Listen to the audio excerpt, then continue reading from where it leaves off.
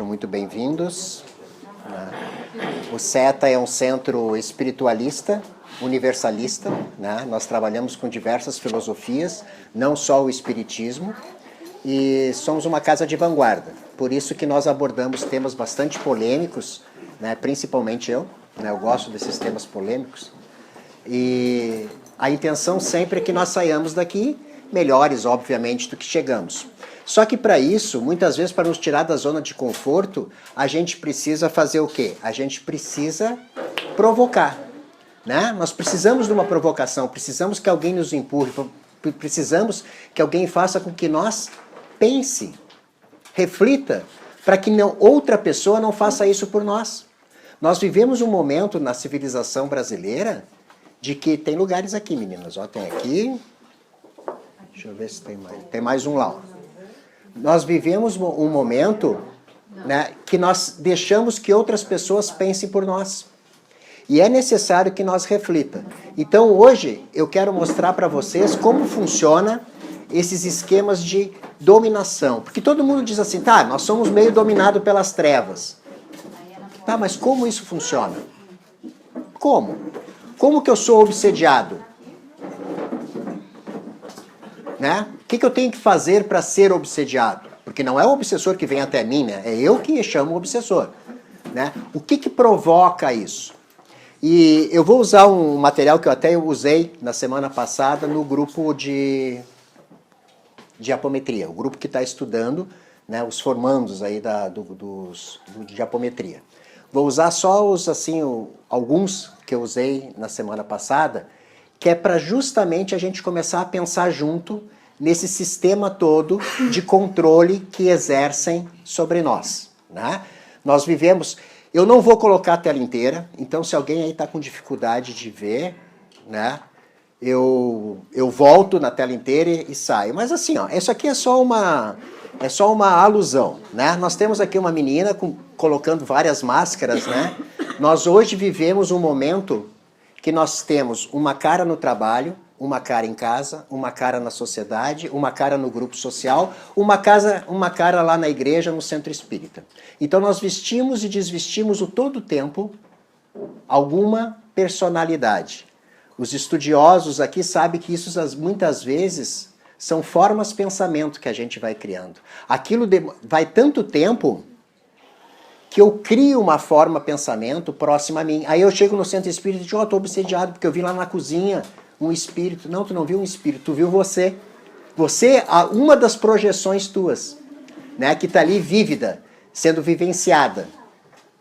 Pois bem, uma coisa que sempre me preocupou, eu digo assim, como é que eu posso fazer para ficar isento das trevas, né, do efeito que me deixa em níveis vibracionais mais baixos? Como eu posso fazer? Aí eu pensei, não adianta eu saber o que eu posso fazer se eu não sei o que me faz ficar assim. O que me faz declinar energeticamente. Não é surpreendente que pessoas com às vezes 2, 3 formações são as ignorantes? Não é? Por exemplo, o ambiente de academia. Quem pertence aqui à academia, né? Pô, os caras com PhD brigando nos corredores por causa de uma coisa com... Um fez um relatório, o outro escreveu um livro. É um festival de vaidades. Né? O ambiente que mais tem vaidade é o ambiente acadêmico. Como podem pessoas altamente qualificadas no sentido de conhecimento serem assim? Então nós vamos ver um pouco isso. Primeira forma de dominação, alimentos. Os alimentos são a primeira forma que eles começam a nos dominar. Primeiro alimento, que não deveria ser alimento, mas está relacionado como alimento. Cloreto de sódio, né? Cloreto de sódio, NaCl, se vocês se lembram lá das aulas de química. Cloreto de sódio vocês conhecem como sal. Sal de cozinha, aquele branco de supermercado. Nunca foi sal. Nunca foi cloreto de sódio. Perfeito? Por quê? Por que o sal dessa forma? Porque não é o sal marinho, não é o sal que os romanos usavam lá. Né? Por que que tem um interesse do mercado de colocar esse sal para nós? Fazer com que nós tenha, por exemplo, hipertensão arterial, certo? O sal rosa do Himalaia, o sal marinho não provoca hipertensão arterial. Mas o cloreto de sódio, seja ele iodado ou não, ele faz isso. Ora, vamos pensar comigo. Eu consumo sal durante muito tempo. Vou pegar eu como exemplo porque eu sou do sexo masculino. A hipertensão arterial vai fazer com que, inevitavelmente, eu tome uma medicação para hipertensão, certo? Essa medicação, ela vai me gerar algumas sequelas. Eu posso ter, por exemplo, arritmia. Aí eu vou ter que tomar um beta-bloqueador. Ao tomar um beta-bloqueador, a minha libido despenca. Perfeito? E aí eu vou lá e vou falar para o médico, ó, tá ruim aqui o negócio. Entendeu? Já estou sobre um alto efeito de estresse. Aí o que ele me dá? Ele me dá um antidepressivo. E ele diz, não, mas não tem problema. Toma aí um estimulante sexual, toma um Viagra, um Cialis. Ao tomar isso, eu tenho um problema de congestão nasal. Eu tenho um estreitamento dos vasos, né, cerebrais. Isso me dá uma dor de cabeça. Aí ele me receita um analgésico e um descongestionante. Mas o problema é que o analgésico, que é anti-inflamatório, me estraga o estômago. Aí ele me dá um remédio para o estômago. Ou seja, aos 40 anos eu posso estar tomando mais de 10 remédios. Por causa de um alimento. Um único alimento. Aqui eu coloquei algumas das doenças que o açúcar provoca, tá? Doenças coronárias, diabetes tipo 2, problemas neurológicos, doença renal crônica, problema de aprendizado. As crianças de vocês estão lá sendo diagnosticadas com problema de aprendizado? Bota elas numa dieta sem açúcar para vocês verem.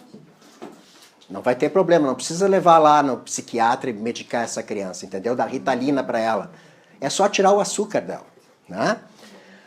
Síndrome metabólica e aí vai. Doenças hepáticas. Bem, isso aí é só uma amostra do quão nocivo é o açúcar. Perfeito? Ah, Paulo, mas ele dá prazer. Sim, ele é considerado mais viciante do que a cocaína. Ele vicia mais do que a cocaína, né? Mas não é algo salutar. Então nós temos que passar a ter um amor maior por nós e começar a substituir esses ditos alimentos. Nós temos o glutamato monossódico. Isso aqui é o top, é a cereja do bolo, né? Esse cientista professor, né, o professor Ikeda, descobriu no início do século passado o quinto sabor. O quinto sabor. Como assim? Não é doce, azedo, amargo. Ele descobriu o quinto sabor que ele chamou umami. Umami quer dizer sabor divino. Ele descobriu, certo? E isolou esse componente químico. Vocês conhecem como Ajinomoto, né? Vocês conhecem como realçador de sabor. 93% da produção industrial tem o monossódico, o glutamato monossódico. O que nós ganhamos com isso? Alzheimer, câncer, Parkinson, de forma vertiginosa.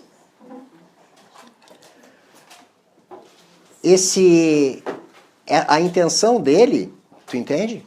Era de pesquisa mesmo. Aí ele disse assim, pô, esse negócio aqui é muito bom, porque eu boto esse negócio numa couve crua, dou para as pessoas comer, as pessoas adoram a couve crua. Qualquer porcaria que ele tinha lá, que ele botava esse componente, as pessoas diziam, nossa, é bom. E além de ser bom, vicia. Vicia. É por isso que a criança não consegue abrir um pacote de bolachinha recheada e comer uma. Né? E isso está no refrigerante, está no suco de caixinha, está em tudo que é lugar. Perfeito? Transgênicos. Vocês acompanharam um tempo atrás, né, a problemática que foi... Tudo bom?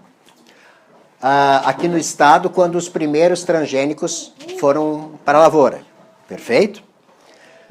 O que é o transgênico? né, ele é um produto modificado, né? São organismos vivos, plantas ou animais, geneticamente modificados. Parem para pensar. Se eu tenho um produto que não existe na natureza, como é que eu posso metabolizá-lo? Como é que eu posso quebrar as enzimas e ter um processo metabólico se não existe componente biológico em mim para fazer isso?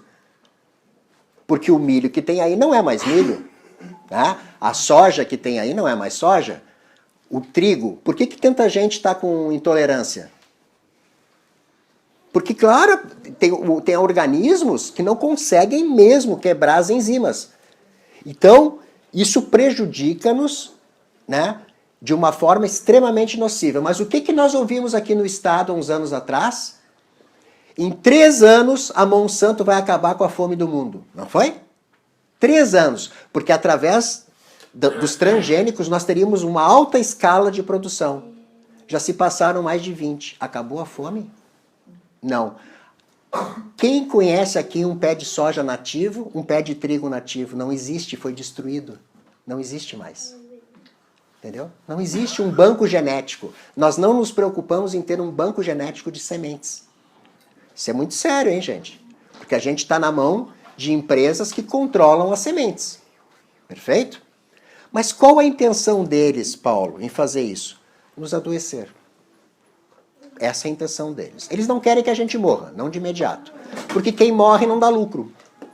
Agora, se eles nos adoecem, nossa, imagina, eles vão lucrar conosco a vida inteira. Porque eles vão me adoecer na mamadeira. Na mamadeira eles já estão me adoecendo. Perfeito? Então, o que diz remédio? Remediar. Remédio não cura ninguém, só remedia. Perfeito? A água. Poxa vida, a água também, Paulo? É, a água. Nós temos o flúor, que é um veneno, né? Não tem nenhuma pesquisa científica que prove que a fluoretação da água diminui a incidência de cárie numa população. Não existe. Mas o que preocupa mais do que a água são os cremes dentais, que têm uma alta concentração de flúor. Você sabe por que a água é fluoretada? Porque eles não tinham aonde botar o flúor. E aonde tu botar o flúor na natureza, tu destrói aquele ambiente. Aí eles decidiram, vamos botar na água para esses trouxas aí. Entendeu? Porque eles vão consumindo e lentamente eles vão se intoxicando. Não é uma coisa de imediato. É lentamente. O flúor provoca uma desconexão com a capacidade cognitiva. Mas aí ele não vem sozinho. Ele vem com outro componente que é colocado na água. Né? Ah, isso aqui é interessante, né? Ele é considerado tecnicamente como um veneno, certo? Em substâncias sempre foi listado o Manual Merck, né, que é referência para produtos de toxicologia, Goldman e Gimmons, né, de farmacologia. Quer dizer, isso aqui são textos científicos, né, comprovando que ele é, sim, um veneno. Perfeito? Nós temos as ações menos graves que ele provoca, né? Cólicas, dores abdominais, tremores, perda de apetite, aftas na boca, vômitos com sangue, náusea, fraqueza, diarreia, pode dar também prisão de ventre, né? Rigidez e eczema. Né? É característico, e aí muda de cidade para cidade devido à dosagem, né? Que é colocado flúor na água. Envelhecimento, né? Danos genéticos. Também pode ocorrer alterações no sistema imunológico. Vocês repararam que nós estamos cada vez mais suscetíveis à nova cepa da influenza? E as pessoas tomam vacina e mesmo assim algumas caem de cama? O nosso sistema imunológico está baixando. A gente tem uma máxima que diz que quer adoecer, vai para o hospital. Quando tu vai visitar alguém no hospital, tu está correndo um sério risco de pegar uma daquelas bactérias. Porque o nosso sistema imunológico está baixo. Né? Impacto nos glóbulos brancos, que são justamente o nosso sistema de alerta. Né? A função de tireoide, muitas de vocês aqui têm problema de tireoide, e é decorrente disto. Né? Osteoporose, principalmente no corpo feminino, depois da menopausa, por causa da falta do estrogênio, que seria a compensação, né? Porque o homem ainda produz testosterona, cada vez menos, né? Um homem hoje, na idade fértil de 35 anos, ele é 25% a menos do que eram os seus ancestrais, né? Por quê? Porque nós temos os animais transgênicos também. Não é o leite da vaca que faz mal para nós. O leite da vaca continua sendo leite, mas é os hormônios que eles colocam na vaca. É as vacinas, os antibióticos que esses animais são inoculados. E que vai para o leite. Ora, na minha época, pinto sempre foi pinto. 2 semanas, ele continuava sendo um pinto. O que vocês compram no supermercado é um pinto de 2 semanas. Agora, pode um pinto de 2 semanas ser desse tamanho? Olha a carga, né, de hormônios que é colocado nesses animaizinhos. E dano no cromossoma. Que tu é capaz ainda, além de se danar, repassar, né, para a futura prole. Nós estamos ficando, embora a gente diga assim, são 8 bilhões, né, de seres humanos, mas nós temos que cuidar, porque nós estamos ficando estéreis. O câncer, né? Então aqui tem a primeira pesquisa científica séria, foi realizada em 1967 pelo Dr. Burke. Perfeito? E de lá para cá, vocês encontram lá, mas tem que ser no Google acadêmico, tá? Não, vamos procurar no Google normal aí. Google acadêmico lá, que é onde tem os troços científicos. Vocês vão ver um monte de trabalhos científicos comprovando a ação do flúor como cancerígeno. Nós temos associado ao flúor o cloro, né?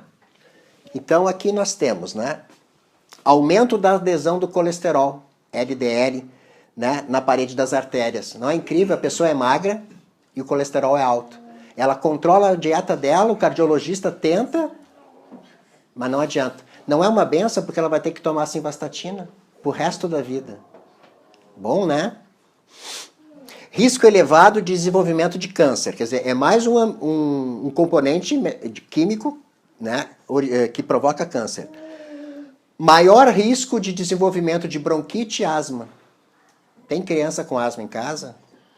Filtra a água, usa água de ozônio, entende? Ou coloca no de barro lá, ou algum outro componente que filtre o cloro, vocês vão ver que vai diminuir bastante. Irritação na pele, queda de fio de cabelo. Quem pratica natação aqui, que está ainda nas piscinas que são a nível com cloro, você sabe, né? No período de piscina, cabelo fica detonado, pele fica detonada, né? Irritação respiratória grave. Sabe por quê? Isso aqui acomete muito a nós aqui no Rio Grande do Sul, tá? Santa Catarina e Rio Grande do Sul. Porque mais nocivo do que o cloro na água, porque, por exemplo, eu posso até não tomar, eu busco, por exemplo, uma água mineral que não tenha cloro. Até aí tudo bem. Mas eu tenho que tomar banho. E nós tomamos banho aqui 2, 3 vezes ao dia no verão e 1 vez no mínimo no inverno, certo? Sabe o que é mais nocivo do que a água com cloro em contato com a minha epiderme? O vapor. Sabe, a gente, ai, nossa, que delícia esse banho quente. Aquele vapor ali, nós aspiramos. Você se lembra que na Primeira Guerra Mundial eles jogavam cloro um no outro? Bombas de cloro para matar? Porque os soldados aspiravam nas trincheiras e morriam. Entendeu? E nós vamos lá aspirar essa quantidade de cloro que está na nossa água. Corsã e Demai. Tem algumas empresas que não estão usando ozônio. Também aqui eczema, né? Doença de pele. Risco de desenvolver problemas na produção dos hormônios da tireoide. Queimaduras na boca, garganta, esôfago, estômago e assim por diante. Maior sensação de náusea e indigestão. Né? Ah, eu acho que eu comi alguma coisa. Será que tu comeu alguma coisa? Mas não foi nada fora da tua rotina. É que aquela quantidade de cloro e de flúor não dá para metabolizar, entendeu? Então o corpo se ressente e dá um sinal. Não quer dizer que tudo seja isso. Eu estou dizendo que provoca isso também. Cloro e água quente, uma mistura perigosa. Eu amo chuveiro quente, amo, né? Tanto faz se for a gás ou for aqueles bom elétrico, né? Mas é exatamente o que diz. Eles estudaram por que tantas pessoas morriam em sauna. Aí eles achavam que era o quê? que era um problema cardiológico, né? Porque a sauna, principalmente a vapor, ela dá uma vasodilatação. Mas aí os cardiologistas, não, mas isso é bom? A vasodilatação é uma coisa benéfica? Aí eles foram mais fundo. E eles viram que as pessoas estavam morrendo na sauna por causa da aspiração do cloro. Né? Por que eu estou falando tudo isso? Porque a primeira conexão que nós temos para nos tirar do nosso centro é o alimento. Esses alimentos todos que eu falei, eles provocam uma destruição na minha sinapse. Eu fico burro. Perfeito? Eu tenho uma dificuldade de conexão entre um neurônio e outro. E aí se eu vou, por exemplo, empregar a minha opinião em cima de uma pessoa, eu não posso querer que ela seja muito inteligente, porque ela vai me contestar. Então a primeira coisa que eu tenho que fazer é deixar ela burra. Perfeito? E o que é burra? De ignorante? Não, a pessoa não ignora, ela é culta, ela é formada muitas vezes. É porque a sinapse não ocorre. Ela e não sai daquilo ali. Entendeu? Ai, como é que é mesmo? Ai, como é que... não lembra. Não lembra o nome do artista que falou agora, 10 minutos atrás. Perfeito? Memória curta. Né? Depois eu tenho ali uma colocaçãozinha científica sobre essas questões da sinapse. Vocês entenderam o projeto? O projeto é, deixa eles burros e doentes. Que aí nós controlamos eles. Perfeito? Aqui, ó, nós somos do Rio Grande do Sul. Quem é que já não foi ali infeliz alguma vez na festa do Moranguinho? Né? Agora tu chega ali pro lavrador ali e diz assim, quanto é que tá a caixa do Moranguinho aqui? Tá tanto. Tá, mas os teus guri comem? Não, Deus o livre, meus guri não comem desse. Tá, mas e o que eles comem? O que eles comem estão 5 vezes mais. E é um moranguinho desse tamanho, bem pequenininho. Não é aqueles grandão, bonitão. Entendeu? Mas é que aquele ali está sem o agrotóxico. E aquele ali não tem mutação genética. Por que ele não dá para os filhos dele? Porque ele sabe o que ele está botando ali, não sabe? E não vamos longe. As uvas aqui da serra, a mesma coisa. Então nós temos uma dominação em termos de alimento. Nós temos também uma pseudo-arte, que eu tenho que usar para dominar. O que é a máxima do controle?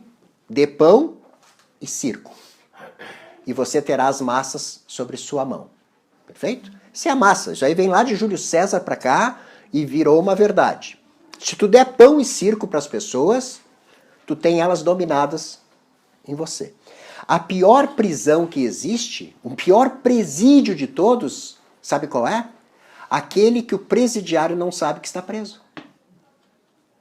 Essa é a mais eficiente de todas as prisões. Porque nós estamos presos num contexto que não sabemos que estamos. Olha que baita eficiência essa penitenciária. Não é porque nós nem nos rebelamos contra isso aí, não. Nós vamos aceitando simplesmente.